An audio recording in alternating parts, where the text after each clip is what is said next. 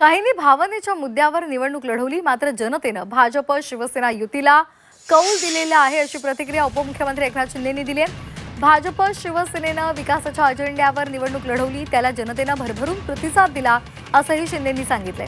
मुंबई ठाण्यासह राज्यामध्ये महापालिका निवडणुकीमध्ये मिळालेल्या विजयाबद्दल उपमुख्यमंत्री एकनाथ शिंदेंनी जनतेचे आभार मानले।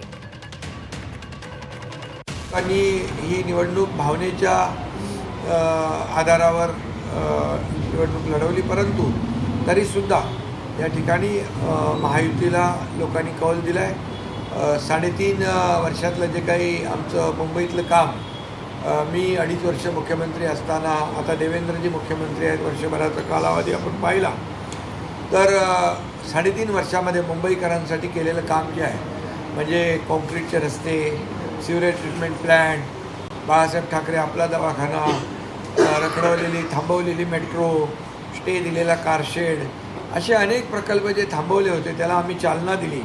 आणि 25 वर्ष ज्या लोकांनी मुंबई महापालिकेमध्ये सत्ता राबवली त्यांच्या विरोधामध्ये लोकांनी मतदान केलेलं आहे आणि मुंबईकरांनी विकासाला स्वीकारलं आहे।